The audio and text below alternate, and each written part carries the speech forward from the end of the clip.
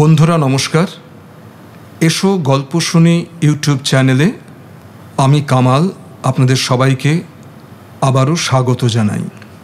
গত 9টি পর্বে আপনারা শুনেছেন শীর্ষেন্দু মুখোপাধ্যায়ের জনপ্রিয় উপন্যাস কাগজের বউয়ের পাঠ। যে সকল শ্রোতা বন্ধুরা উপন্যাসটি মন দিয়ে শুনেছেন, মন্তব্য করেছেন অথবা করেননি, তাদের সকলের প্রতি আমার আন্তরিক কৃতজ্ঞতা ও ভালোবাসা জানাই। আমি কথা দিয়েছিলাম পরবর্তী পর্ব থেকে আপনাদের বাংলা সাহিত্যের আর এক শক্তিমান লেখক সমরেশ মজুমদারের জীবনের অন্যতম সেরা উপন্যাসত্রয়ী বা ট্রিলজি, যা আপনারা নাম প্রত্যেকেই জানেন, সেই উত্তরাধিকার, কালবেলা ও কালপুরুষের প্রথম পর্ব উত্তরাধিকার পাঠ করে শোনাব। কিন্তু গভীর দুঃখের সঙ্গে জানাচ্ছি, আমার সেই সিদ্ধান্ত থেকে আমি সরে আসতে বাধ্য হলাম। তার কারণ উত্তরাধিকার বইটির কোনো হার্ড কপি আমার ব্যক্তিগত সংগ্রহে ছিল না। সেই আমার যৌবনের প্রথম দিনগুলোয় যখন সদ্য কলেজে ঢুকেছি, সেই সময় এই উত্তরাধিকার, কালবেলা, কালপুরুষ তিনটি উপন্যাসই পড়েছিলাম দেশ পত্রিকার পাতায় ধারাবাহিক হিসেবে। আমার ব্যক্তিগত সংগ্রহে না থাকার ফলে আমি বাধ্য হলাম ইন্টারনেটে খোঁজ করতে, এবং খুঁজতে গিয়ে একটিমাত্র পিডিএফ সংস্করণ আমি পেলাম উত্তরাধিকার উপন্যাসের। সেখান থেকেই ভাবলাম পাঠ করব। কিন্তু দুঃখের বিষয়, পড়তে গিয়ে দেখলাম অজস্র ভুলে ভরা সেই সংস্করণ। বানান ভুল তো আছেই, মাঝে মাঝেই শব্দ ছাড়, কখনো এক বা একাধিক লাইন ছাড়, এই ধরনের অজস্র ত্রুটি থাকার কারণে বাক্যের বিন্যাস ব্যাহত হচ্ছে। ফলে পাঠক হিসেবে আমি নিজেই খুব বিরক্ত হচ্ছিলাম। এই অবস্থায় দেখলাম যে এই ভুল সংবলিত উপন্যাসটি যদি আপনাদের পাঠ করে শোনাই, তাহলে হয়তো পাঠ হয়তো হবে, কিন্তু রসাস্বাদনে অনেকটাই ব্যাঘাত ঘটাবে সেটা। এবং আমি চাই না এমন একটি ভুল উপন্যাস আপনাদের সামনে তুলে ধরতে, কারণ সেটা স্রষ্টার প্রতি তো বটেই, তার সৃষ্টির প্রতিও অসম্মান দেখানো হয়। তাই আমি এই সিদ্ধান্ত নিতে বাধ্য হয়েছি। পরিবর্তে ঠিক করলাম যে পরবর্তী পর্ব কালবেলা বরং আপনাদের শোনানো যাক। সেই মোতাবেক আজ আপনাদের সামনে নিয়ে আসছি সমরেশ মজুমদারের ট্রিলজির দ্বিতীয় পর্ব কালবেলা।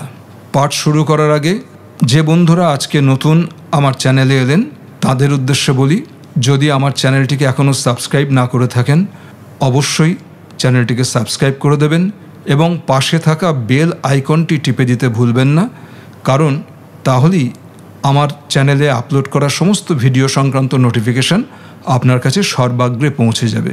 কেমন? আর ভিডিও ভালো লাগলে লাইক, কমেন্ট, শেয়ার করতে ভুলবেন না।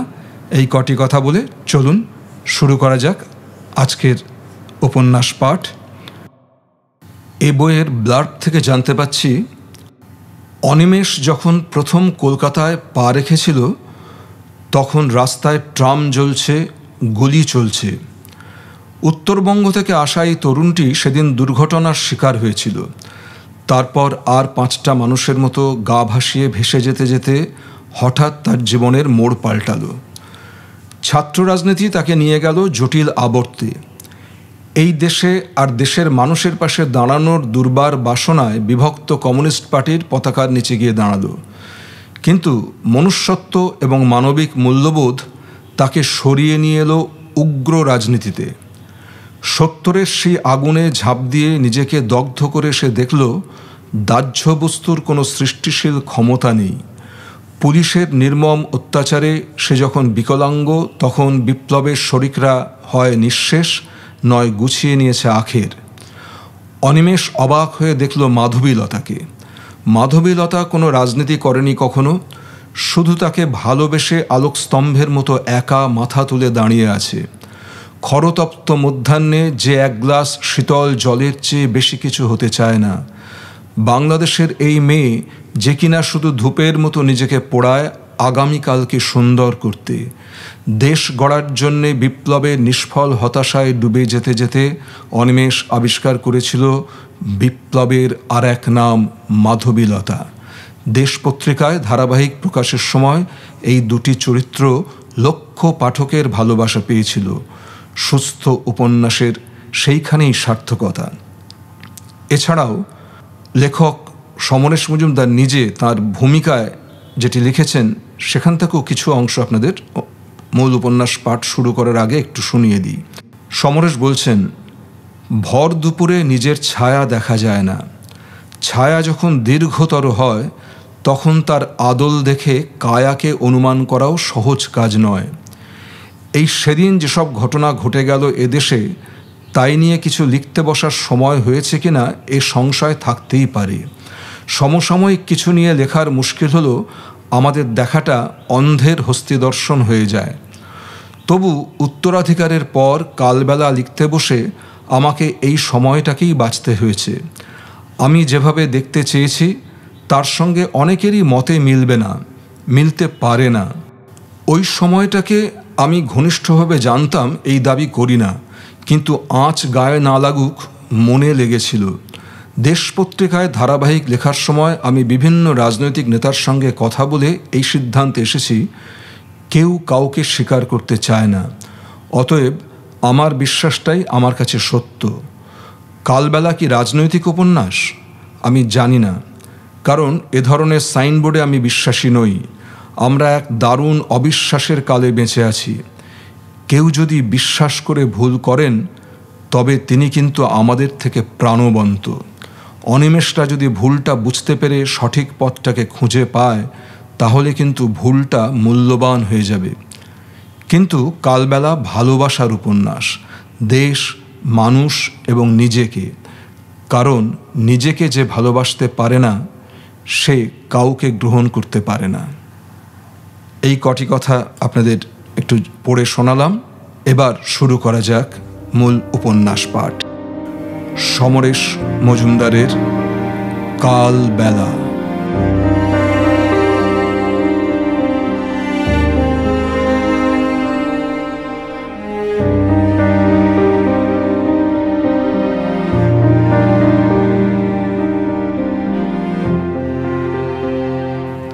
শেষ বিকেলটা অন্ধকারে ভরে আসছিল। দুপুরের পর থেকে আকাশ মেঘলা, মাঝে মাঝে তরল মেঘেরা উড়ে উড়ে যাচ্ছিল আকাশ ছোঁয়া বাড়িগুলোর মাথা মুড়িয়ে। বাতাস আর্দ্র, কিন্তু বৃষ্টিটাই যা হচ্ছিল না। জানলা খুললে অনেকটা দূর দেখা যায়। অনিমেষ চুপচাপ বসেছিল। এরকম মেঘের দুপুর কিংবা বিকেলে মন কেমন বিষণ্ণ হয়ে যায়, খুব আলস্য লাগে তখন। চোখ বন্ধ করলেই সেই মেঘগুলোর কথা মনে পড়ে যায় যারা ভুটান পাহাড় থেকে দল বেঁধে উড়ে এসে স্বর্গছেঁড়া চা বাগানের ওপর বৃষ্টি ঝরাতো। তখন সেই সব বুনো লম্বাটে গাছগুলো কি উল্লাসে আকাশটা ছুঁয়ে রাখত, কান পাতলেই সেই শব্দ। এবছর ঘন মেঘের বিকেল এই প্রথম। মেঘেদের চেহারা কি পৃথিবীর সব জায়গায় একই রকম থাকে? তাহলে স্বর্গছেঁড়া এমনকি জলপাইগুড়ির মেঘগুলোর চেহারা চালচলন এখানকার থেকে একদম আলাদা কেন? ভীষণ ময়লা আর ঠুনকো মনে হচ্ছে এদের, যেন খুব কষ্ট করে আসছে ওরা। জমতে হয় তাই জমছে। মেঘ দেখতে গিয়ে অনিমেষ কাছের দূরের ছাদগুলো দেখে ফেলল। তিনতলার ওপর ঘর বলে বেশ কিছু দূর দেখতে পাওয়া যায়। কলকাতার মেয়েরা বিকেলের এই সময়টা ছাদে ছাদে কাটিয়ে দেয়। হয়তো ওদের কোথাও যাওয়ার জায়গা নেই, কিংবা এই বিরাট শহরে ঘুরে বেড়ানোর অনুমতি মেলে না। অন্তত এ পাড়ার মেয়েদের দেখলে ওর তাই মনে হয়। কিন্তু এই মেঘ থমথমে সন্ধ্যাবেলায় যখন সব ছাদ খালি হয়ে গেছে, তখন ওই মেয়েটি ঘাড় বেঁকিয়ে আকাশের দিকে চেয়ে অমন করে কি দেখছে? খুব বিষণ্ণ সময় এলেই মানুষ অমন ভঙ্গিতে দাঁড়াতে পারে। মেয়েটিকে এর আগে সে কখনো দেখেনি। ওই হলুদ বাড়িটার ছাদে প্রায় সময় এক বিশাল চেহারার ফর্সা মহিলা ঘোরাফেরা করেন। মেয়েটি মাথা নামিয়ে কিছু ভাবল, তারপর এদিকে তাকালো। চোখাচোখি হতেই কি হলো কে জানে, এক ছুট লাগালো মেয়েটি, আর দেখা হলো না। অনিমেষ হেসে ফেলল। তপন থাকলে বলতো, বালিকা জানে না যে ও মরে গেছে। এই সময় ছটফটিয়ে বৃষ্টিটা নামল। জানলা বন্ধ করে আলো জ্বালল অনিমেষ। এই ঘরের অন্য খাটটায় থাকে ত্রিদীপ সেনগুপ্ত, জামশেদপুরের ছেলে। ইংলিশ মিডিয়ামে পড়া, অথচ বাংলা কবিতা লেখে। ত্রিদীপের বিছানার দিকে তাকালেই বোঝা যায় ওর বেড কভারটা খুব দামি। একরাশ নীল রঙের পাখি সেখানে ভিড় করে আছে। দেওয়ালে আঁটা হুকে ত্রিদীপের যেসব জামা কাপড় ঝুলছে সেগুলো ওর পারিবারিক স্বাচ্ছন্দ্যের সুন্দর বিজ্ঞাপন। ওর টেবিলের কোণে যেসব প্রসাধন দ্রব্য তা কলকাতায় আসার আগে অনিমেষ দেখেনি। অনিমেষ দেওয়ালে টাঙানো ত্রিদীপের আয়নার দিকে এগিয়ে গেল। কলকাতার জল পেটে পড়লে মফস্বলের মানুষ নাকি ফর্সা হয়ে যায়। অনিমেষ নিজেকে সুন্দর দেখল। সামান্য বড় চুল, খুব অল্প এবং কালচে গোঁপদাড়ি মুখের আদল পাল্টে দিয়েছে। চোখ আর নাকে আলো পড়তেই চট করে কদিন আগে দেখা ছবিটার কথা মনে পড়ে গেল। যুবক রবীন্দ্রনাথের মুখ কি এরকম দেখতে ছিল? ভাবতে গিয়েই লজ্জা পেল সে। ধুৎ, রবীন্দ্রনাথের গায়ের রং ভগবানের মতো ছিল। কলকাতায় দেখতে দেখতে অনেকগুলো বছর হয়ে গেল। কলেজের চৌহদ্দি ছাড়িয়ে এখন সে বিশ্ববিদ্যালয়ে। সময়টা কম নয়, কিন্তু অদ্ভুত নির্জনতা নিয়ে এখনও সে কলকাতা থেকে বিচ্ছিন্ন রয়ে গেল। কলেজে থাকার সময় সে বাবার আদেশ পুরোপুরি মেনে চলেছে। জলপাইগুড়ি থেকে নিয়মিত 2টো চিঠি প্রতি সপ্তাহে বিভিন্ন নির্দেশ নিয়ে তার কাছে আসে। একটা ঠাকুরদা শরৎশেখরের, অন্যটা বাবা মহিতোষের। প্রথমবার এই কলকাতায় আসা মাত্রই যে ঘটনাটা ওর শরীর মনে ছাপ রেখেছিল, পাকাপাকিভাবে তার কাঁপুনি থেকে নিজেকে সরাতে সময় লেগেছিল অনেক দিন। ফলে ওইসব চিঠিগুলোর নির্দেশ মান্য করা ছাড়া ওর কোনো উপায় ছিল না। আর তাই এই কলেজের সময়টা অদ্ভুত নিঃসঙ্গ হয়ে কলকাতায় কাটিয়ে দিল। এই হোস্টেল মূলত কলেজ ছাত্রদের, কিন্তু প্রাক্তন যারা এখন বিশ্ববিদ্যালয়ে পড়ছে তারা ইচ্ছে করলে থাকতে পারে। সেই সুবাদে অনিমেষের এখানে থাকা। ত্রিদীপ এখানে নতুন এসেছে। ও কলকাতার বাইরে যে কলেজ থেকে পাশ করেছে সেই কলেজ আর অনিমেষদের কলেজ একই মিশনারিদের সংস্থার অন্তর্গত। তাই প্রাক্তন ছাত্র না হয়েও ওর এখানে থাকতে কোনো অসুবিধা হয়নি। মিশনারি হোস্টেল বলেই প্রতি বছর বেশ কিছু বিদেশি ছাত্র কলকাতায় পড়তে এসে এখানে থাকে। হোস্টেলের অর্ধেক তারাই, বেশিরভাগই আফ্রিকার, কিছু বর্মা মুলুকেরও আছে। আফ্রিকার ছেলেদের ভাবভঙ্গিতে কোনো সংকোচ নেই, বিদেশে আছে বলে মনে হয় না। বিশাল চেহারাগুলো নিয়ে সবসময় হইচই করছে। প্রথম প্রথম ওদের দিকে অবাক চোখে তাকিয়ে থাকতো অনিমেষ। যে কোনো আফ্রিকানকে দেখলেই আঙ্কেল টমকে মনে পড়ে যায়। কৃতদাস করে রেখেছিল সাদা মানুষেরা এই সেদিন পর্যন্ত, অথচ ওদের হাবভাবে সেসব কষ্টের কোনো চিহ্ন নেই। আর একটা স্মৃতি চট করে অনিমেষের সামনে উঠে আসে। আসাম রোডে ছুটে যাওয়া মিলিটারি কনভয়ের নিগ্রো অফিসারটার মুখ যেন স্পষ্ট দেখতে পায়। লোকটা এখন কোথায় আছে কে জানে। আমরা কাউকে অকারণে মনে রেখে দিই চিরকাল, যার হয়তো আমাদের মনে রাখার কোনো কথাই নেই। শব্দ করে বৃষ্টি পড়ছে এক নাগাড়ে। অনিমেষ দরজা খুলে ভেতরের বারান্দায় এলো। হোস্টেলের অনেক ঘর বন্ধ। খোলা দরজাগুলো থেকে আলো এসে বাইরের বৃষ্টিতে মাখামাখি হয়ে যাচ্ছে। ইউ প্যাটার্নের এই বাড়িটার মাঝখানের বাস্কেটবল কোর্টটা অন্ধকারে ডুবে আছে। ওপাশের একটা ঘর থেকে মাউথ অর্গানের সুর ভেসে আসছে, টানা এবং কান্নার সুর। আন্তরিক না হলে এরকম বাজানো যায় না। কোনো চেনা গান বা পরিচিত ভঙ্গি সুরটায় নেই। নিশ্চয়ই ওটা ওইসব আফ্রিকানদেরকেও বাজাচ্ছে, হাজার হাজার মাইল দূরে এসে যার খুব কষ্ট হচ্ছে দেশের জন্য, কিংবা ফেলে আসা কোনো মানুষের কথা সে ভাবছে। অনিমেষের খুব ইচ্ছে হলো ছেলেটিকে একবার দেখে আসে। মুশকিল হলো ওদের দেখলে সে চট করে আলাদাভাবে চিনতে পারে না। কেউ খুব লম্বা, মোটা অথবা রোগা, এইভাবে বুঝতে হয়। 3 তলার বারান্দা ধরে বেশ কিছুটা এগিয়ে সেই ঘরটার সামনে এলো অনিমেষ। একটু সংকোচ হচ্ছিল। গায়ে পড়ে কথা বলতে কেমন যেন লাগে। ঘরের ভেতর ছেলেটি একা চিৎপাত হয়ে খাটে শুয়ে চোখ বন্ধ করে মাউথ অর্গান বাজাচ্ছে। বেশ ঢ্যাঙা চেহারা, জুতো শুদ্ধ পা দুটো খাটের বাইরে ঝুলছে। ঘরটা দারুণ অগোছালো, সাজগোজ করার কোনো চেষ্টাই নেই। কয়েক সেকেন্ড দাঁড়িয়ে সে ফিরে আসছিল। এমন সময় ছেলেটি বাজনা থামিয়ে উঠে বসে বলল, হেই। কথাটা জড়ানো, মানে না বুঝলেও অনিমেষ অনুমান করল যে তাকেই কিছু বলছে ছেলেটি। পর মুহূর্তেই এক লাফে উঠে দাঁড়িয়ে 2 হাত বাড়িয়ে তাকে ডাকলো ছেলেটি, গেট ইন প্লিজ। এবার বুঝতে পারল, অনিমেষ লক্ষ্য করলো ওর উচ্চারণে একটা মোটা আওয়াজ এমন জড়িয়ে থাকে যেটা অন্য শব্দগুলোকে স্পষ্ট হতে দেয় না। অনিমেষ ভেতরে ঢুকতেই চকচকে সাদা দাঁতে হাসল ছেলেটি, ইয়া। ওর আসার কারণটা বোঝাতে গিয়ে বিপদে পড়ল অনিমেষ। মনে মনে দ্রুত ইংরেজি করে নিয়েও ঠিক গুছিয়ে উঠতে পারছে না সে। সংকোচ হচ্ছিল ইংরেজিটা ভুল হতে পারে। শেষ পর্যন্ত সহজ রাস্তাটা বেছে নিল অনিমেষ। আঙুল তুলে মাউথ অর্গানটাকে দেখালো। ছেলেটি যেন খুব খুশি হয়েছে এমন ভঙ্গিতে বাদ্যযন্ত্রটা শূন্যে ছুড়ে দিয়ে ফের লুপে নিয়ে বলল, you like it? Yes. Animesh ধাতস্থ হলো, তারপর জুড়ে দিল, very sweet. Thank you, it's my friend, mother gave it. Sit down, sit here please. ওর টেবিলের সামনে রাখা চেয়ারটাকে টেনে নিয়ে খাটের পাশে রেখে সে অনিমেষকে ইঙ্গিত করলো বসার জন্য। এর আগে ইংরেজিতে কখনো কথা বলেনি অনিমেষ। জলপাইগুড়িতে যখন ছিল তখন এই প্রশ্ন উঠতই না। ত্রিদীপ যখন বাংলা হিন্দি বলতে বলতে নিজের অজান্তে অনর্গল ইংরেজি বলে যায় তখন সেটা লক্ষ্য করেছে অনিমেষ। অনেক শব্দ যার অর্থ অন্যরকম ছিল ব্যবহারে তার চেহারা পাল্টে যায়। এই যেমন ছেলেটি তাকে ভেতরে আসার জন্য বলল, গেট ইন। অনিমেষ নিজে গেট কথাটা ভাবতেই পারত না, বলতো কাম ইন।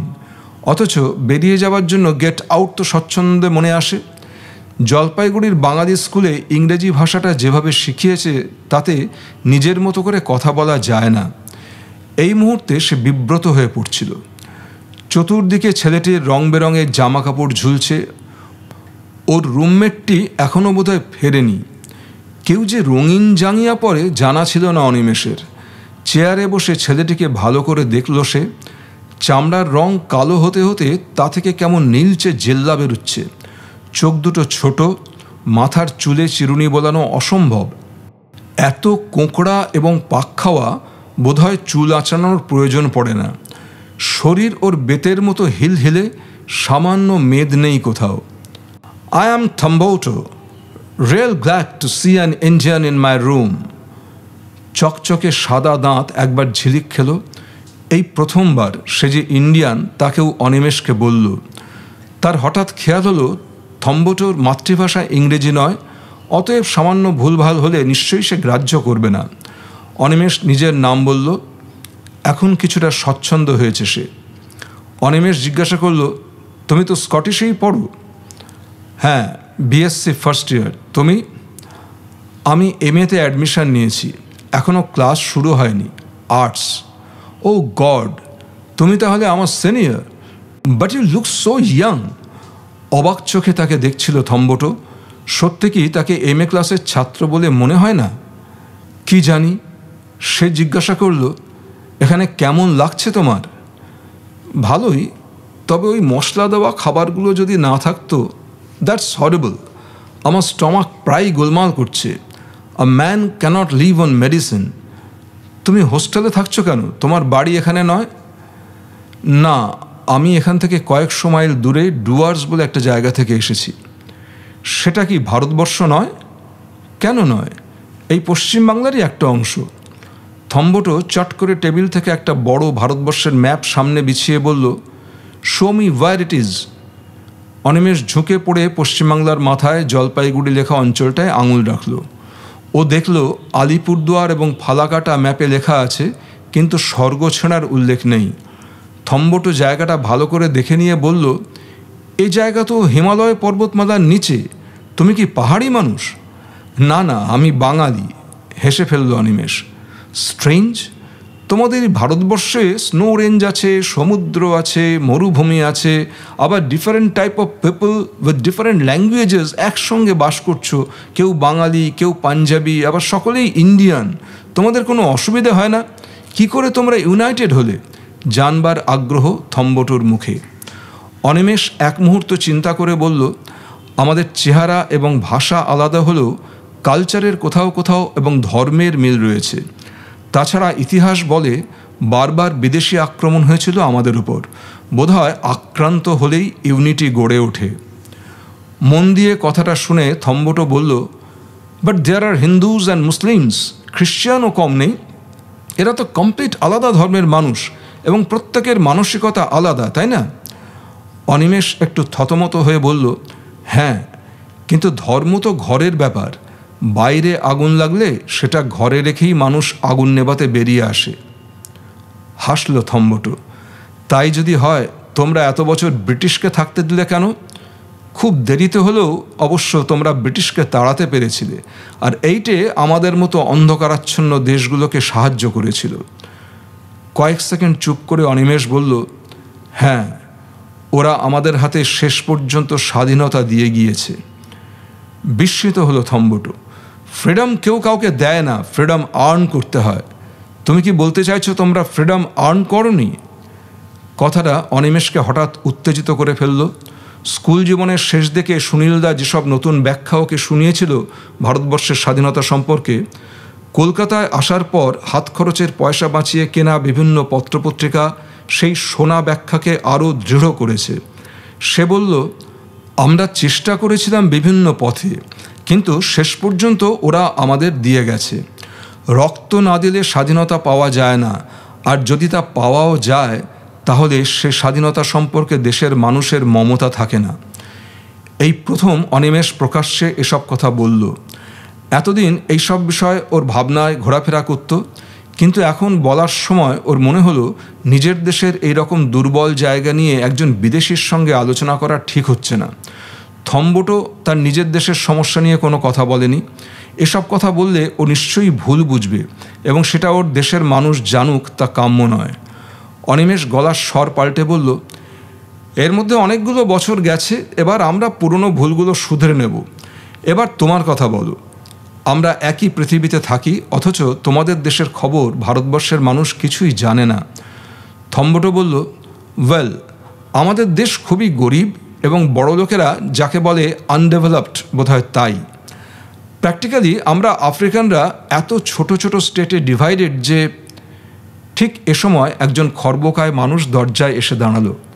সর্বাঙ্গ ভেজা, পোশাক থেকে টুপটাপ জল ঝরছে, মুখ চোখে খুব বিরক্তি। একে অবশ্য অনিমেষ কয়েকবার দেখেছে। এর মতো বেঁটে এবং রোগা এ হোস্টেলের কোনো আফ্রিকান নয়। তবে এর গায়ের রং নিকষ কালো নয়, বরং তামাটে ভাবটাই বেশি। মোটা নাক এবং পুরু ঠোঁট থাকা সত্ত্বেও একটা আলগা শ্রী আছে। মাথার চুলে একটু বেশি স্প্রিং থাকায় বৃষ্টির জলেও এলোমেলো হয়নি। ছেলেটি ঘরে ঢুকে খুব উত্তেজিত হয়ে হাত পা নেড়ে থম্বটোকে কী সব বলতে লাগলো নিজের ভাষায়। থম্বটো হাসছে, কিন্তু কোনো উত্তর দিচ্ছে না। ছেলেটা পাগলের মতো দু তিনবার পাক খেয়েও কথা থামাচ্ছে না। ভাষা ঠাওর না হলেও অনিমেষের মনে হলো ছেলেটি বোধহয় এই ঘরে ওকে দেখে রেগে গেছে। আফ্রিকান ছেলেদের ঘরে কোনো ভারতীয়কে সে আড্ডা দিতে দেখেনি, ওরাও কারো ঘরে যায় না। হঠাৎ ছেলেটি অনিমেষের দিকে তেড়ে এসে উল্টো দিকের খাটে বসে তড়বড় করে যে কথাগুলো বলল, সেটা যে ইংরেজি ভাষায় তা বুঝতে কয়েক মুহূর্ত লাগল। অনিমেষ দ্বিতীয়বার ওকে উচ্চারণ করতে শুনল, ইউ মাস্ট প্রটেস্ট। কিসের প্রতিবাদ করার কথা বলছেও বুঝতে না পেরে অনিমেষ থম্বটোর দিকে তাকাতেই ছেলেটি একটা আঙুল ওর দিকে উঁচিয়ে জিজ্ঞাসা করল, ইউ লিভ দিস হস্টেল? মাথা নেড়ে হ্যাঁ বলল অনিমেষ। একটু আশ্বস্ত হলো এই ভেবে যে ওর রাগের কারণ সে নয়, তাহলে প্রতিবাদ করার কথা বলতো না। থম্বটো এবার কথা বলল, এই ছেলেটি ওর রুমমেট। আজ বিকেলে এক সদ্য পরিচিতা মহিলার সঙ্গে ওর বেড়াতে যাওয়ার কথা ছিল, কিন্তু বৃষ্টি এসে যাওয়ায় ওরা হোস্টেলে ফিরে এসে আড্ডা মারবে ঠিক করেছিল।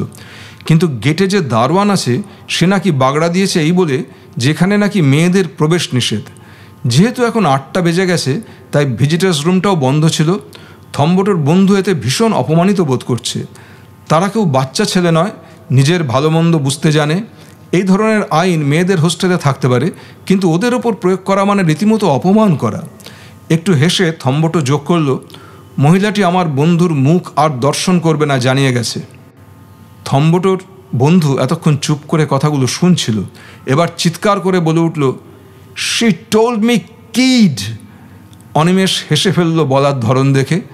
থম্বটোর বন্ধু চট করে উঠে দাঁড়িয়ে দ্রুত হাতে নিজের জামা কাপড় খুলতে লাগলো। গেঞ্জি টেঞ্জি পরেনি, নির্লোম তামাটে বুক দেখলে কেউ নিগ্রো বলে ভাবতে পারবে না। এরপর সে নির্দ্বিধায় প্যান্টের বোতাম খুলে সেটাকে ছুড়ে দিল ঘরের এক কোণায়। অনিমেষ এতটা আশা করেনি। চট করে একটা অস্বস্তি ওকে বিব্রত করে তুলল। পরিচিত কিংবা অপরিচিত যে কোনো মানুষের সামনেই এরকম জামা কাপড় ছেড়ে শুধু জাঙ্গিয়া পরে দাঁড়ানোর কথা সে চিন্তাও করতে পারে না। এদের কি কোনো সংকোচের বালাই নেই? ওর আশঙ্কা হচ্ছিল এবার হয়তো জাঙ্গিয়াটাও শরীরে থাকবে না। ঘর থেকে বেরিয়ে যাওয়ার জন্য উঠে দাঁড়াতেই ছেলেটা খুব ঘেন্নার সঙ্গে বলে উঠল, you Indian are without backbone, coward. এবার শব্দগুলো বুঝতে এতটুকু অসুবিধা না হওয়ায় অনিমেষের মাথায় রক্ত উঠে গেল। চট করে ঘুরে দাঁড়িয়ে সে ছেলেটির দিকে এগিয়ে গেল।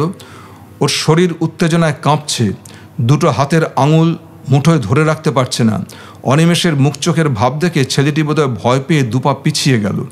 থম্বটো ব্যাপারটা বুঝতে পেরেই ছুটে এসে অনিমেষকে জড়িয়ে ধরল। ওর বিরাট শরীরের কাছে অনিমেষ এই মুহূর্তে অসহায় হলেও প্রাণপণে নিজেকে ছাড়িয়ে নিতে চেষ্টা করছিল। জোর না খাটিয়ে থম্বটো বলল, আমার বন্ধুর কথায় কান দিও না, ও ঠিক জানে না কাকে কি বলতে হয়। তারপর হেসে বলল, তুমি রাগ করেছো দেখে আমি খুশি হয়েছি। অনেক কষ্টে নিজেকে সামলে নিল অনিমেষ। এখন শরীর কেমন ঝিমঝিম করছে। থম্বটো এসে বাধা না দিলে ও নির্ঘাত ছেলেটিকে মারত। উনি মেয়েদের সঙ্গে আড্ডা দেবেন আর সেটা সমর্থন না করলে জাত তুলে গালাগাল দেবেন। কোনো রকমে থম্বটোর আলিঙ্গন থেকে নিজেকে ছাড়িয়ে বাইরে বেরিয়ে এলো অনিমেষ। আজ অবধি কখনো কারো গায়ে হাত তোলেনি সে। ছেলেটাকে মারলে ও নিশ্চয়ই কোনো প্রতিরোধ করতে পারত না। ওরকম দুর্বল শরীর নিয়ে এ ধরনের কথা বলার সাহস পায় কি করে? মারতে পারেনি বলে জীবনেই প্রথমবার আফসোস হলো অনিমেষের। বাইরে এখনও সমানে বৃষ্টি পড়ছে, মেজাজটা খিঁচড়ে গেছে।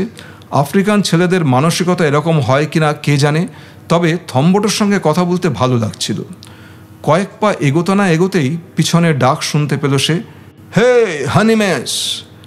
ঘাড় ফিরিয়ে সে দেখল থম্বটো আসছে। নিজের নামটার এরকম উচ্চারণ শুনে বিরক্তিটা যেন সামান্য মরে গেল। কাছে এসে থম্বটো বলল, আমার খারাপ লাগছে।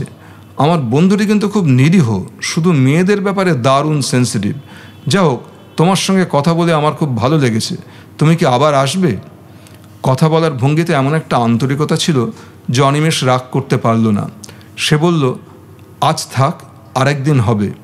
ঠিক এই সময় থম্বটোর ঘর থেকে একটা উদ্দাম সুর ভেসে এলো। মাউথ অর্গানটা যেন ঝড় তুলছে।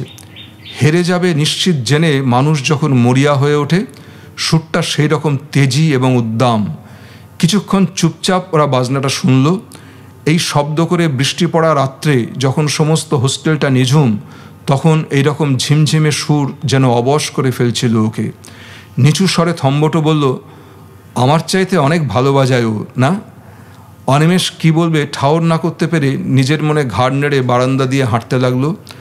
যে সুরটা ওর পেছন পেছন আসছিল, আচমকা সেটা থেমে যেতেই অনিমেষের মনে হলো একটা ভারী নিস্তব্ধতা ওর চারপাশ চেপে ধরেছে। ঘরের শেকল খুলে অন্ধকারের দিকে কিছুক্ষণ চেয়ে থাকলো সে। নিজেকে ভীষণ একা মনে হচ্ছে। এই বিরাট কলকাতা শহরে তার কোনো বন্ধু নেই, আত্মীয় নেই। আলো না জ্বেলে ঘরে ঢুকে চুপচাপ খাটে শুয়ে পড়ল সে। অস্বস্তিটা তবু যাচ্ছিল না। কি সহজে ছেলেটি ওকে গালাগালিটা দিল। থম্বটো না থাকলে আজ কি হতো বলা যায় না। হঠাৎ মাথায় রক্ত উঠে যাওয়ায় যে উত্তেজনা সমস্ত শরীরকে কাঁপাচ্ছিল, তাতে সে কতখানি আঘাত করতে পারত কে জানে, কিন্তু সেটা করতে পারলে বোধহয় এখন ভালো লাগতো। একটা ছেলে অত দূর থেকে কলকাতায় পড়তে এসে অমন সামান্য কারণে একটা দেশের মানুষের চরিত্র সম্পর্কে এরকম ইঙ্গিত দিতে যাবে কোন যুক্তিতে? নিস্তেজ হয়ে অনিমেষ শুয়ে শুয়ে দরজা দিয়ে বাইরের বৃষ্টি দেখছিল। বারান্দায় জেলে রাখা আলোয় বৃষ্টি মাখামাখি হয়ে নিচে নেমে যাচ্ছে। উত্তেজনা কমে আসায় ক্রমশ এক ধরনের অবসাদ এলো। অনিমেষ কথাটা নিয়ে নাড়াচাড়া করছিল। You Indians are without backbone, coward. শব্দগুলো হঠাৎ কেমন নিরীহ হয়ে গেল। সে যেন সামান্য ওপরে উঠে এসে ঝুঁকে পড়ে শব্দগুলোকে দেখতে লাগলো। এই 3 বছরে কলকাতা শহরে সে যে জীবন কাটিয়েছে, প্রতিদিনের খবরের কাগজে অথবা চারপাশের যে মানুষগুলোকে নিত্য সে দেখেছে, তারা কি ধরনের? জলপাইগুড়ি শহর থেকে সেই প্রথমবার ট্রেনে চেপে আসবার সময় ভারতবর্ষের মাটিতে নতুন কিছু গড়ার জন্য যে ভাঙচুর শুরু হয়েছে বলে উত্তেজনায় টগবগে হয়েছিল সে, এই কয় বছরে তা কোথায় মিলিয়ে গেছে। এখন এই শহরের মানুষগুলোর দিকে তাকালে মনেই হয় না তারা বা তাদের কেউ কেউ ওসব কথা কখনো ভেবেছিল। গড্ডলিকা প্রবাহ সে বইতে পড়েছিল, কিন্তু সেটা কি জিনিস তা এখানকার মানুষের জীবনযাত্রা না দেখলে বুঝতো না। মেরুদণ্ডহীন কথাটা কি একদম প্রযোজ্য নয়? এখনও ভারতবর্ষের 90% মানুষ জানে না যে এই দেশ স্বাধীন হয়েছে। যারা জানে তাদের অনেকের মানসিকতায় ব্রিটিশ শাসন আর স্বাধীন ভারতবর্ষের মধ্যে কোনো পার্থক্য নেই। তার কলেজে পড়ার ব্যাপারে মহিতোষের সঙ্গে কিছুটা তিক্ততা সৃষ্টি হয়েছিল। মহিতোষ চাননি যে অনিমেষ স্কটিশ চার্চ কলেজে ভর্তি হোক। ছেলে মেয়েদের একসঙ্গে পড়াশোনাটা তিনি পছন্দ করেন না। তাছাড়া হোস্টেলটা যখন কলেজ কম্পাউন্ডে নয়, তখন কলকাতার রাস্তায় ছেলেকে হাঁটাচলা করতে দিতে তিনি রাজি ছিলেন না।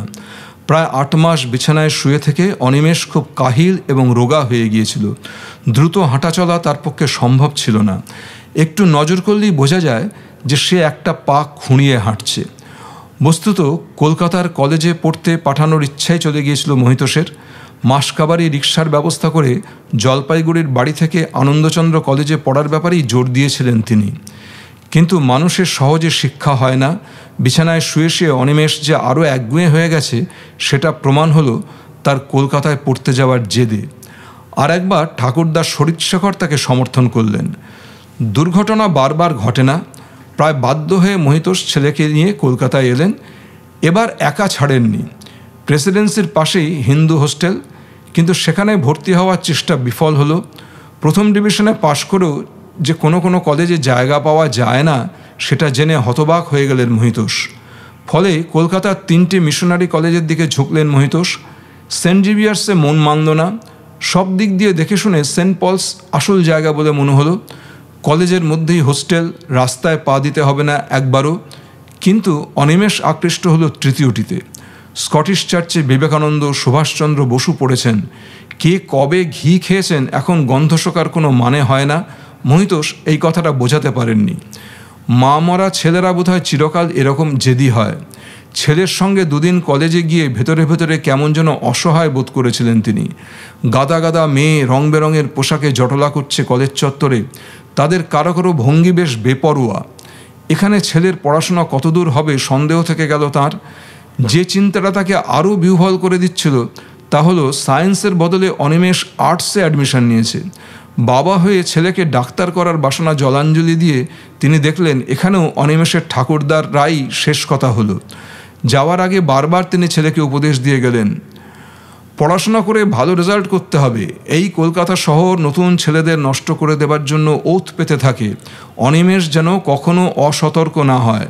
কোনো বন্ধুবান্ধবকে বিশ্বাস করা উচিত হবে না, কারণ বিপদের দিনে তারা কেউ পাশে থাকবে না। কলেজের ইউনিয়ন থেকে যেন সে 7 হাত দূরে থাকে, কারণ মধ্যবিত্ত সংসারের ছেলের এই বিলাসিতা সাজে না। রাজনীতি যাকে নেশা ধরায় তার ইহকাল পরকাল একদম ঝরঝরে হয়ে যায়। যাদের বাপের প্রচুর টাকা আছে তারাই ওসব করুক, যেমন জওহরলাল, চিত্তরঞ্জন, সুভাষ বোস। বাবার এসব উপদেশ অনিমেষ মন দিয়ে শুনতে বাধ্য হয়েছিল। সে লক্ষ্য করেছিল বাবা যখন কথা বলেন তখন তিনি ভুলে যান ভারতবর্ষ এখন স্বাধীন। কিন্তু বাবার একটা কথার সঙ্গে সে একমত। ইতিমধ্যে তার 1 বছর নষ্ট হয়ে গিয়েছে। মন্টু, তপন, অর্ক এখন 2nd ইয়ারে পড়ে। মানুষের জীবন বড় অল্প সময়ের। তা থেকেও যদি 1 বছর অকেজো হয়ে যায় তাহলে সেটা কম ক্ষতি নয়। অনিমেষ মহিতোষকে কথা দিয়েছিল সে সময় নষ্ট করবে না। তাই বিএ পাশ করা পর্যন্ত সে শুধু দেখে গেছে চারধার। স্কটিশ চার্চের ছাত্র ইউনিয়ন অবশ্যই ছাত্র ফেডারেশনের দখলে, কিন্তু মাঝে মাঝে মিছিল করা ছাড়া তাদের কোনো সক্রিয় ভূমিকা ছিল না। পৃথিবীর কোন প্রান্তে কি হলো তার জন্য ওরা মিছিল বের করে, অথচ কলেজের জলের কলটা দিন দিন খারাপ হয়েছিল সেদিকে খেয়াল করেনি। অনিমেষ শুধু ওদের দেখে গিয়েছিল এই কটি বছর। দ্রুত হাঁটা অথবা শারীরিক উদ্যম ফিরে আসতে যে এতটা সময় লাগবে তা সে ভাবেনি। মনে মনে ভেবে যাওয়া ছাড়া তার কোনো উপায় ছিল না। আশ্চর্য, কেউ তাকে কোনোদিন জিজ্ঞাসা করেনি তার পায়ে কি হয়েছে। ত্রিদীপ কখন এসেছে টের পায়নি অনিমেষ। ঘরে আলো জ্বালতেই চোখে লাগলো, হাতের আড়ালে চোখ রাখল। ত্রিদীপ একা নয়, সঙ্গে আরও দুজন এসেছে। খাওয়ার ঘরে ওদের দেখেছে, কিন্তু আলাপ হয়নি। এই হোস্টেলে দুটো খাওয়ার ঘর, একটা বিদেশিদের, অন্যটা ওদের। কে এই নিয়ম চালু করেছিল জানা নেই, তবে এখনও তা চলে আসছে। অনিমেষ উঠে বসতে একটা তীব্র গন্ধ পেল। ত্রিদীপরা দাঁড়িয়ে আছে আর ওদের শরীর থেকে চুঁইয়ে পড়া জলে মেজে ভেসে যাচ্ছে। তিনজনেই ভিজে কাক। অনিমেষ ত্রিদীপকে বলল, কি ব্যাপার, বৃষ্টিতে ভিজে এলে অসুখ করে যেতে পারে। ত্রিদীপ হাসল।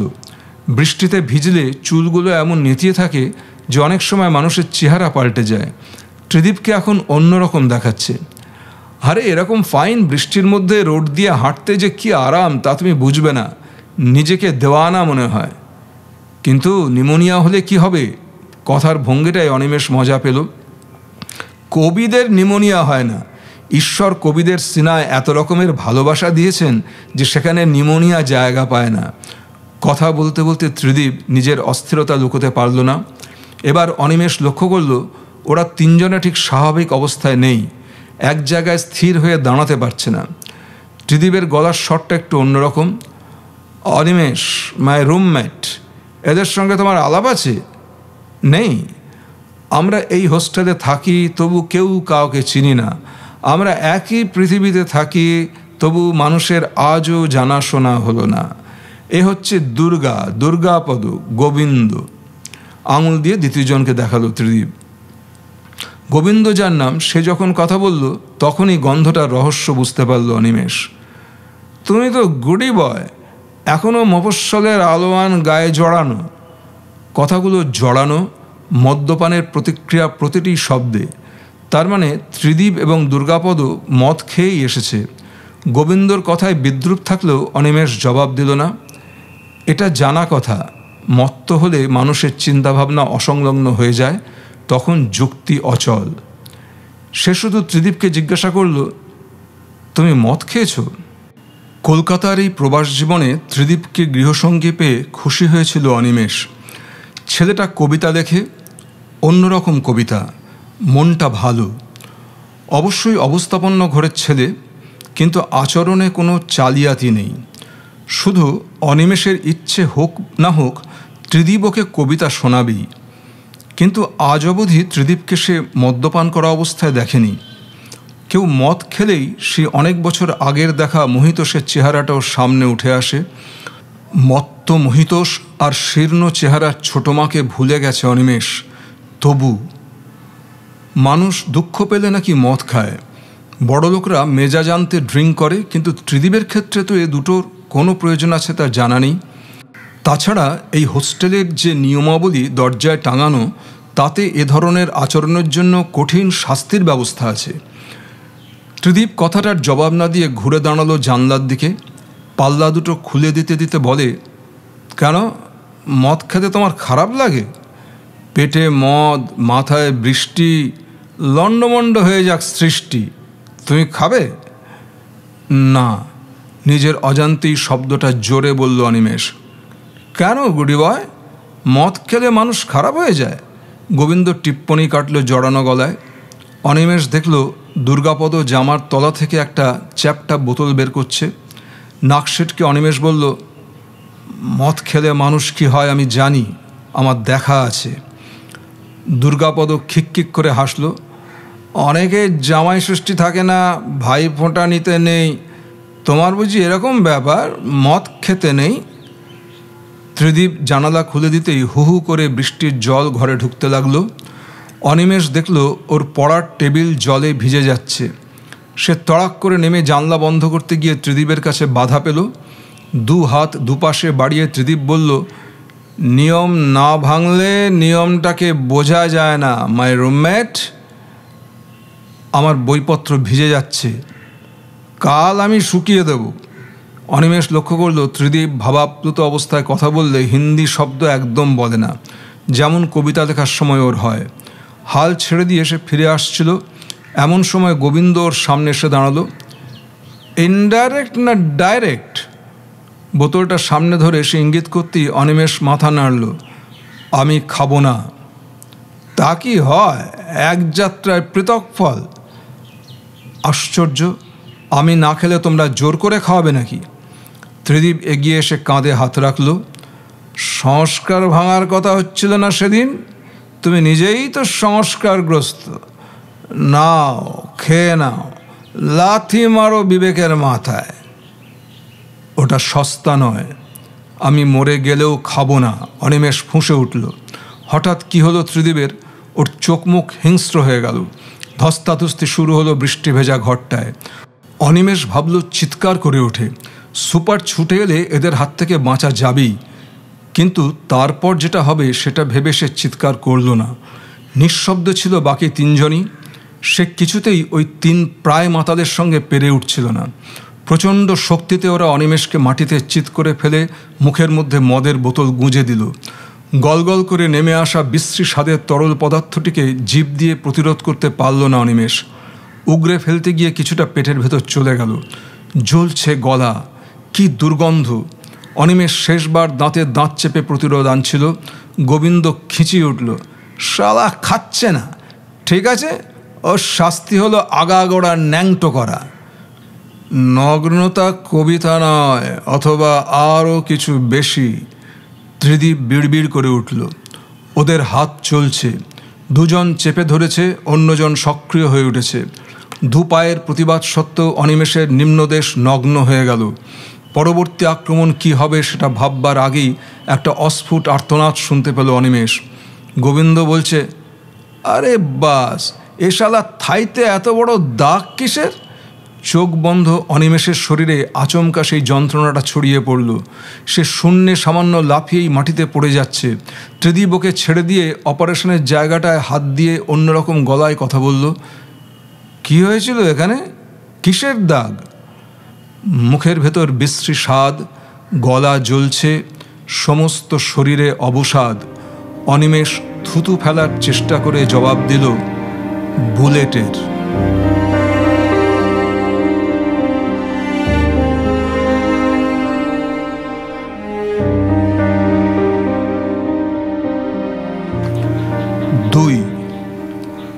হাঁটুর খানিকটা ওপরে গভীর তামাটে দাগ অস্ট্রেলিয়ার ম্যাপের আদল নিয়েছে। হঠাৎ দেখলে একটু অস্বস্তি হয়। সুন্দর নির্লোম থাইয়ের মধ্যিখানে একটা কুৎসিত চিহ্ন সারা জীবন আঁকা থাকবে। সাধারণত ফুল প্যান্ট পরলে চিহ্নটি কারো চোখে পড়ে না। অনিমেষও সেটা মনের আড়ালে রেখে দেয়। সামান্য পা টেনে হাঁটা ছাড়া এই চিহ্নটি ওকে কোনো পীড়া দেয় না। চোখের বাইরে থাকলেই সব জিনিসের ধার কমে যায়। কিন্তু যখনই ওই প্রসঙ্গ ওঠে অথবা খবরের কাগজে পুলিশের গুলি চালানোর কথা লেখা হয়, তখনই অনিমেষের থাই টনটন করতে থাকে। ব্যথাটা আচম্বিতে সমস্ত শরীরে ছড়িয়ে যায়। কখন জ্ঞান ফিরেছিল অনিমেষ জানে না। মানুষ জলে ডুবে গিয়ে কী দেখে সেটাও অভিজ্ঞতায় নেই। কিন্তু চোখের সামনে অজস্র ঘোলাটে ঢেউ ভেঙে ভেঙে পড়ছে, এছাড়া সে কিছু জানে না। প্রথম যখন নিজের অস্তিত্ব টের পেল, তখন সে বিছানায়, মাথার ওপরে ছাদ এবং নাকজোড়া কড়া ওষুধের গন্ধ। সামান্য মাথা ঘোরাতেও বুঝতে পারল এটা হাসপাতাল এবং সবে ভোর হয়েছে। কলকাতায় পড়তে এসে যখন শিয়ালদায় নেমেছিল তখন সন্ধে পেরিয়ে গেছে, অথচ এই ভোরবেলায় সে হাসপাতালে শুয়ে আছে কেন? অনিমেষের চিন্তা করতে খুব কষ্ট হচ্ছিল। চোখ বন্ধ করে পরিচিত মুখগুলোকে দেখতে চাইছিল, শরীরশেখর, দাদুকে। ও এক পলকেই লাঠি হাতে এগিয়ে আসতে দেখল চোখের পর্দায় মহিতোষ, ওর বাবা। গম্ভীর মুখে ফ্যাক্টরি থেকে ফিরে সাইকেল থেকে নামছেন। ছোট মা মাঠের মধ্য দিয়ে দ্রুত হেঁটে চলেছেন। ঘুমটা একটু নেমে এসেছে। না, সবাইকে সে মনে করতে পারছে, আলাদা আলাদা করে প্রতিটি মুখের আদল দেখতে পাচ্ছে।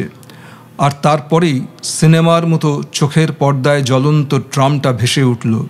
কিছু ছেলে যেটায় আগুন লাগিয়ে একটু আগে ছুটে গেছে। শব্দ হচ্ছে ট্রামটা থেকে।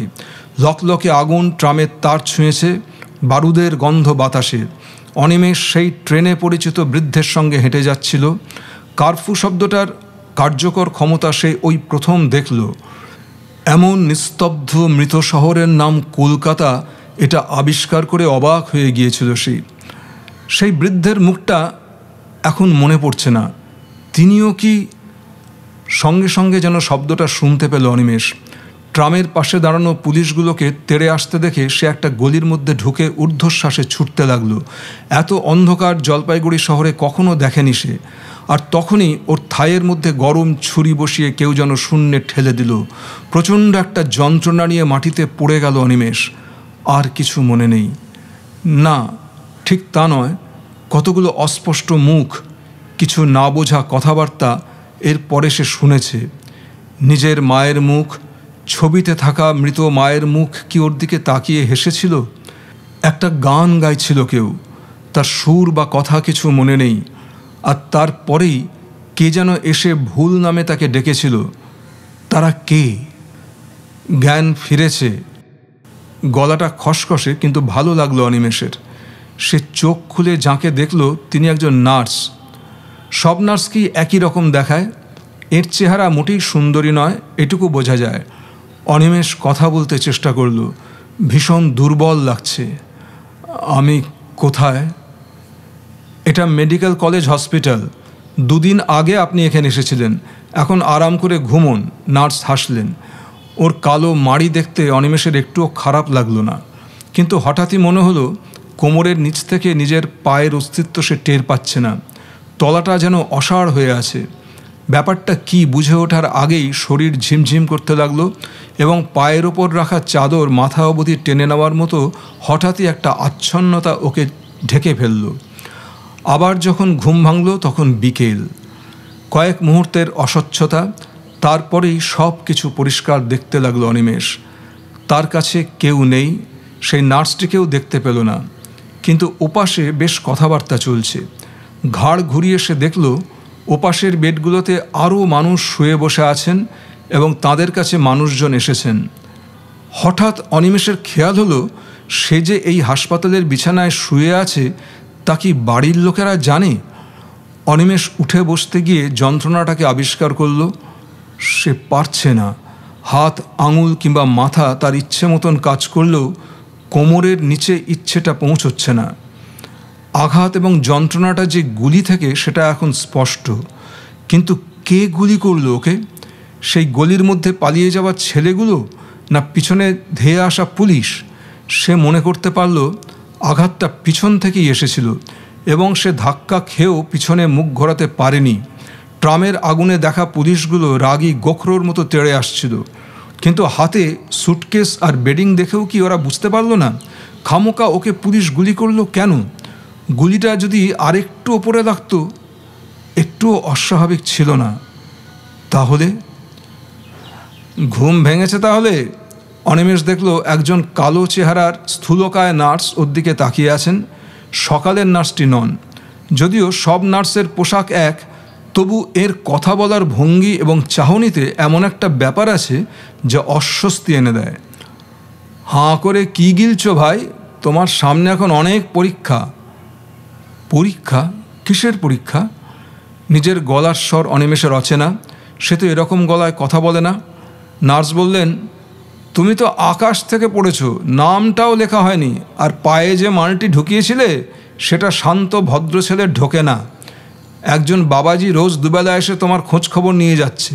তা আজ যদি কথা বলতে ইচ্ছে না করে, চোখ মোটকে পড়ে থাকো। আমি গিয়ে বলে দিই জ্ঞান ফেরেনি। খবরদার, চোখ খোলা চলবে না। এক নাগাড়ে কথা বললেও মুখের চেহারা একটুও পাল্টালেন না মহিলা। বাবাজি? এ সব কিছু হেঁয়ালির মতো লাগছিল অনিমেষের। পুলিশ ঘরের খেয়ে বোনের মোষ তাড়াতে গেলে আর বাবাজিদের চিনলে না? দিয়েছে তো পা ফাঁসিয়ে, এখন থাকো বিছানায় শুয়ে। এবার পুলিশ অন্য ঠ্যাংটা ধরে টানাটানি করবে। কি ঘুমোবে না খবর দেব? মহিলার কথা বলার মধ্যে এমন একটা ঠাট্টার ভঙ্গি ছিল যে অনিমেষ অসহায় হয়ে পড়ল। সে কাতর গলায় বলল, বিশ্বাস করুন, আমি পুলিশকে কিছু করিনি। আমি কলকাতার কিছু চিনি না। ওসব গল্প আমার কাছে বলে কোনো লাভ নেই। কথাবার্তা একদম অস্বাভাবিক। জলপাইগুড়িতে সে কোনো মহিলাকে এরকম কথা বলতে শোনেনি। কলকাতার সব মেয়ে কি এই ভঙ্গিতেই কথা বলে? ছেলেবেলা থেকে শুনে এসেছে কলকাতার মানুষদের মনে দয়া মায়া কম, কেউ কারো কথা ভাবে না, স্বার্থপর হয়ে যায় সবাই। কিন্তু নার্সরা এরকম হবে কেন? জলপাইগুড়িতে তার খবর এখনও পৌঁছায়নি। তার পকেটে অবশ্য এমন কিছু ছিল না যা থেকে কেউ তার ঠিকানা খুঁজে পাবে। অবশ্য সুটকেস খুললে সব কিছু পাওয়া যাবে, বাবার বন্ধুকে লেখা চিঠিও ওতে আছে। তাহলে কি সুটকেস বেডিংয়ের হদিশ কেউ পায়নি? ও দুটো হারালে সে কী করবে? তার সব শার্ট প্যান্ট তো ওই সুটকেসেই আছে। খুব দুর্বল লাগছে এখন। জ্ঞান ফিরেছে? অনিমেষ দেখল একজন ডাক্তারই, কেননা গলায় স্টেথো ঝোলানো, ওকে প্রশ্ন করছেন। শরীরের পাশে নেতিয়ে থাকা ডান হাতের কবজিটা তুলে পালস দেখলেন তিনি। তারপর বললেন, 5 মিনিটের বেশি কথা বলবেন না। বাঁধা গত, মোটা গলার চাপা হাসি কানে এলো। যা বলেন, তবে এ কেসে আর একটু ব্লিডিং হলে বাঁচানো যেত না? অনিমেষ ডাক্তারকে চলে যেতে দেখল। শরীর থেকে অনেক রক্ত বেরিয়ে গেছে। অনিমেষের ইচ্ছে করছিল ডাক্তারকে জিজ্ঞাসা করে তার পা আস্ত আছে কিনা। সে নিজে উঠে বসে যে দেখবে তেমন শক্তি নেই। যদি পা বাদ দিয়ে থাকে ওরা, তাহলে সে কী করবে? চিরকাল খোঁড়া হয়ে হাঁটা। মেঝেতে কিছু ঘষটে আনার শব্দ হতে অনিমেষ ঘাড় ফিরিয়ে তাকালো। একজন রোগা মানুষ, কিন্তু কাতলা মাছের মতো মুখ, সবুজ হাওয়াই শার্ট আর প্যান্ট পরা, ওপাশ থেকে একটা টুল ঘষটে খাটের কাছে নিয়ে এলো। লোকটার চোখ সে ভালো করে দেখতে পাচ্ছে না, কারণ নাকের পাশে আর ভ্রুর তলার ঢিপি মাংস সে দুটোকে প্রায় ঢেকে রেখেছে। বিপ্লব হলো? মুখের ভেতর চিবিয়ে ছিবড়ে ছুঁড়ে ফেলেছে এমন ভঙ্গি কথা বলার। প্রশ্নটা বুঝতে পারল না। কিসের বিপ্লব? তার সঙ্গে ওর কি সম্পর্ক? ফেরেববাজি আমি একদম পছন্দ করি না। যা জিজ্ঞাসা করব চটপট জবাব দেবে। তোমার 14 পুরুষের ভাগ্য যে হাসপাতালে শুয়ে আছো। কথা বলে নিঃশব্দে হাঁ করে হাসল লোকটা। অনিমেষ দেখল ওর দাঁতগুলো খুব ছোট, চোখের মতো, আছে কি নেই বোঝা যায় না।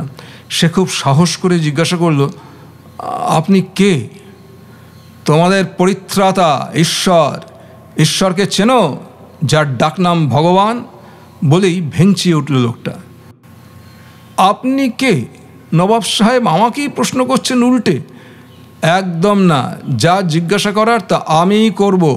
হাতের ডায়েরি খুলে প্রথম প্রশ্ন হলো, বাপমার দেওয়া নামটা কি? অনিমেষ। ঠোঁট শুকিয়ে যাচ্ছে, জিভ টানছে অনিমেষের। পুরো নাম বলার অভ্যেস নেই নাকি? আচ্ছা তেঁদর তো, যেন রবীন্দ্রনাথ হিটলার, বললেই চিনে ফেলতে হবে।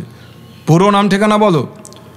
অনিমেষ বাধ্য হয়ে লোকটার হুকুম তামিল করতেই খিঁচুনি শুনতে পেল। আবার নক্করবাজি? বোম ছুড়লে শ্যালদায় আর ঠিকানা দিচ্ছ সেই জলপাইগুড়ির? ওখান থেকে বিপ্লব করতে এসেছিলে? অনিমেষ এতক্ষণে বিপ্লব শব্দটার অর্থ ধরতে পারল। সেদিন যে ট্রাম জ্বলছিল, বোম পড়ছিল, লোকটা তাকেই ব্যঙ্গ করছে। নার্স যার কথা বলছিলেন বাবাজি, তিনি যে সুবিধের নন সেটা এতক্ষণে বোঝা হয়ে গেছে।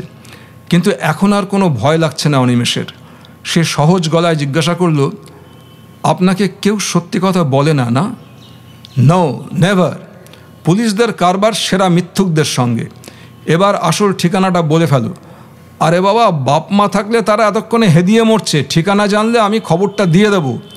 স্নেহ মুখ করার চেষ্টা করতেই লোকটার চোখের তলার মাংসের ঢিবি নেচে উঠল। আমি ঠিকই বলছি। জলপাইগুড়ি শহরের হাকিমপাড়ায় আমি থাকতাম। বাবা স্বর্গছেঁড়া চা বাগানে কাজ করেন। কথা বলতে এখন ক্লান্ত লাগছে। লোকটা যদি সত্যিই দাদুকে খবরটা দিয়ে দেয়। ঠিকানা লিখে নিয়ে লোকটা জিজ্ঞাসা করল, তোমার সঙ্গে আর যারা ছিল তাদের নাম বলো। একজন বৃদ্ধ ভদ্রলোক, উনি ফুটপাতে পড়ে গিয়েছিলেন, নাম জানি না। বৃদ্ধ? ইয়ার কি? আমরা নর্থ বেঙ্গল এক্সপ্রেসে এসেছিলাম। স্টেশনে নেমে দেখলাম খুব গোলমাল হচ্ছে। অনেকক্ষণ অপেক্ষা করার পর উনি আমায় নিয়ে বেরিয়েছিলেন। বেশ বেশ, বলে যাও। পকেট থেকে একটা চারমিনারের প্যাকেট বের করেও কী ভেবে আবার বুক পকেটে রেখে দিল লোকটা। আমি এর আগে কখনো কলকাতায় আসিনি। বাহ, গুড, চলুক। আমরা যখন রাস্তায় এলাম তখন চারপাশ নিস্তব্ধ, আর একটা ট্রাম দাউ দাউ করে জ্বলছিল। দাউ দাউ করে জ্বলছিল? হ্যাঁ, কেমন লাগলো দেখতে? লোকটা ভ্রু কুঁচকে কিছুক্ষণ ওর দিকে চেয়ে থেকে বলল, গপ্প বানানো সবার ক্ষমতায় আসে না, বুঝলে ছোকরা। আমরা ট্রাম পোড়ানোর জন্য একমাত্র যাকে ধরতে পেরেছি সে হলো তুমি, আর তোমার গল্প হলো সেই সন্ধ্যাতে প্রথম তুমি কলকাতার মুখ দেখেছ। কথা বলার ক্ষমতা চলে যাচ্ছে, নীরবে ঘাড় নাড়ল অনিমেষ। কিন্তু চাঁদু, ওই পোড়ো বাড়ির আখড়ায় যেখান থেকে বিপ্লব পরিচালনা করা হচ্ছিল সেখানে তোমাকে পাওয়া গেল কি করে? সব তখন ভোঁ ভোঁ, অনলি তোমার হাফ ডেড বডি পড়েছিল তো, যেন আসল জায়গায় এতক্ষণে হাত দিয়েছে এমন ভঙ্গি করলো লোকটা। অনিমেষ চোখ বন্ধ করল। চেতনায় অস্পষ্ট হলেও তার মনে আসছে কারা যেন তাকে চ্যাংদোলা করে ছুটে যাচ্ছিল। তারপর কেউ ভুল নামে ওকে ডেকেছিল। সে চোখ না খুলেই বলল, আমি জানি না, আমার কিছু মনে নেই। এতক্ষণ এক নাগাড়ে কথা বলে যেটা সে ঠাওর করেনি সেটাই ঘটে গেল। হঠাৎই যেন তার পায়ের তলার মাটি সরে যেতে সে তলিয়ে যাচ্ছিল। সে কিছু একটা আঁকড়ে ধরার চেষ্টা করলেও সব কিছু নাগালের বাইরে থেকে যাচ্ছে। কে যেন তাকে টেনে নিয়ে হু হু করে নিচে নেমে গেল এবং তারপর সব অন্ধকার। ঠিক কত ঘন্টা জানা নেই। ঘুম থেকে ওঠার মতো স্বাভাবিক ভঙ্গিতে চোখ খুলল অনিমেষ। এখন বেশ ভালো লাগছে। গতকাল জ্ঞান ফেরার পর যে অবসাদ সমস্ত শরীরে জড়িয়েছিল সেটা এখন নেই। দুটো হাত মাথার উপর এনে সে দেখল বেশ জোর পাচ্ছে, কিন্তু উঠে বসতে গিয়ে খচ করে কোমরে লাগতেই প্রচণ্ড একটা যন্ত্রণা পাক খেয়ে গেল থাইতে। কিছুক্ষণ মুখ বুজে শুয়ে থেকে যন্ত্রণাটাকে কমিয়ে আনল অনিমেষ। হাত দিয়ে যেটুকু পারে বুলিয়ে সে বুঝতে পারল তার পা দুটো আস্তই আছে। মনে হয় কেউ বাদ দেয়নি। হ্যাঁ, পায়ের আঙুলগুলো সে নাড়াচাড়া করতে পারছে। অদ্ভুত স্বস্তি এলো মনে। কি আরাম! ওর নাকি খুব ব্লিডিং হয়েছিল। যারা তাকে গলি থেকে তুলে নিয়ে গিয়েছিল তারা কি অযত্ন করেছে, নাকি পুলিশই দেরি করেছে তাকে হাসপাতালে ভর্তি করতে? অনিমেষ দেখল ওপাশের বেডে একজন বৃদ্ধ উবু হয়ে বসে আছেন। খুব রোগা, হাড় জিরজিরে চেহারা। চোখাচোখি হতেই ফোকলা মুখে সরল হাসি হাসলেন। তাহলে ঘুম ভাঙল? কেমন বোধ করছো বাবা? ঘাড় নাড়ল অনিমেষ। ভালো। কাল বিকেলবেলায় সে লোকটা খুব খিঁচোচ্ছিল বুঝি? আমি নার্সকে বললাম, কেন এসব লোককে ঢুকতে দেন? তা সে মাগি জবাব দিল, লোকটা নাকি পুলিশ। তা বাবা কি করেছিলে, ডাকাতি না ছিনতাই? অনিমেষ হেসে ফেলল, ওসব কিছু নয়। অনিমেষ দেখল এটা একটা বিরাট হল ঘর। তার বিছানা একদম দেওয়াল ঘেঁষে, এক পাশে সাদা দেওয়াল, অন্য পাশে সারি সারি বিছানা। অনিমেষের মনে হলো বৃদ্ধের বসে থাকার ভঙ্গিটা খুব স্বাভাবিক নয়। সে জিজ্ঞাসা করল, আপনি ওভাবে বসে আছেন কেন? শুতে পারি না ভাই, শুলেই শরীরের সব হাড় পটাপট গায়ের মধ্যে ফোটে। না খেতে পেয়ে মাংস বলে তো কিছু নেই, আবার লোকে যেভাবে বসে থাকে সেভাবে বসলে খচখচ করে। এই যে উচ্চিংড়ের মতো বসে আছি, এটাই আমার আরাম। তারপর মাথা দুলিয়ে ফাঁকা মাড়িতে একগাল হেসে বললেন, সকলে মিলে যে নিয়মটাকে তৈরি করে আমরা সেটাকেই স্বাভাবিক বলি। কেউ কেউ যদি নিজের মতো কিছু করে নেয় সেটা চোখে ঠেকলেও যেন তাতেই তার আরাম।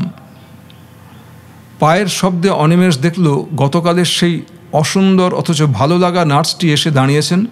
নিজেই কথা বলল সে, এখন ভালো আছি। খুব ঘুমিয়েছেন? তারপর খাটের পিছনে টাঙানো একটা কাগজ দেখতে দেখতে জিজ্ঞাসা করলেন, রাত্রে জ্বর এসেছিল? মহিলা ঝুঁকে পড়ে ওর কপাল ছুঁয়ে বললেন, না, এখন টেম্পারেচার নেই। অনিমেষ অবাক হলো। ঘুমের মধ্যে তার কখন জ্বর এলো আবার চলেও গেল সে টের পায়নি।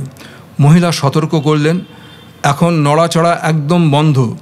যদি আবার হাঁটতে চান, হাড়টা এমন জায়গায় ফেটেছে জবাদ্য হলে আর জোড়া লাগবে না। খুব ভাগ্য যে বেঁচে গেছেন। অনিমেষ মহিলার দিকে তাকালো। ছোট্ট শান্ত মুখ, গলার স্বরে দূরত্ব নেই। টুকটাক কাজ সেরে মহিলা জিজ্ঞাসা করলেন, আপনার সঙ্গে তো কিছুই নেই যা দিয়ে একটু পরিষ্কার হবেন। হাসপাতালে ওসব কিছু পাওয়া যায় না। বাড়িতে খবর গেছে? জানি না, কাল একজন পুলিশ এসেছিল, ওরা যদি খবর দেয়। বলতে বলতে সে দেখল ওপাশের অনেক বিছানার চারপাশে কাপড়ের ঘেরাটোপ। সম্ভবত প্রাকৃতিক কাজকর্মগুলো প্রকাশ্যে করা থেকে আড়ালের ব্যবস্থা। আশ্চর্য, অনিমেষ নিজে ওরকম তাগিদ অনুভব করছে না এখন। আর করলেও এই মহিলার সামনে মরে গেলেও ঠিকানাটা বলুন, দেখি হাসপাতাল থেকে চেষ্টা করে যদি খবর দেওয়াতে পারি। মহিলা টুলটাকে টেনে নিয়ে পাশে বসলেন। অনিমেষ এবার অনুভব করল ঘুমিয়ে ঘুমিয়ে তার চোখ দুটো ভারী, সম্ভবত সেখানে পিছুটি জমেছে। কোনো মহিলার দিকে এই চোখে তাকানো অস্বস্তিকর। সে মুখ ঘুরিয়ে বলল, জলপাইগুড়ির হাকিমপাড়ায় আমার বাড়ি। জলপাইগুড়ি? ওমা, সে তো অনেক দূরে। কলকাতায় আপনি কোথায় থাকতেন? যেদিন গুলিটা লাগলো সেদিনই আমি প্রথম কলকাতায় এসেছি। একথা কাউকে বোঝাতে পারছি না। কলকাতার কিছুই চিনি না আমি। বাবার এক বন্ধু এখানেই থাকেন, তার বাড়িতেই যাচ্ছিলাম। এই যা, পুলিশকে ওর ঠিকানাটা বলতেই ভুলে গিয়েছি। অনিমেষের সত্যি আফসোস হলো। কী ঠিকানা? 7 নম্বর হরেন মল্লিক লেন,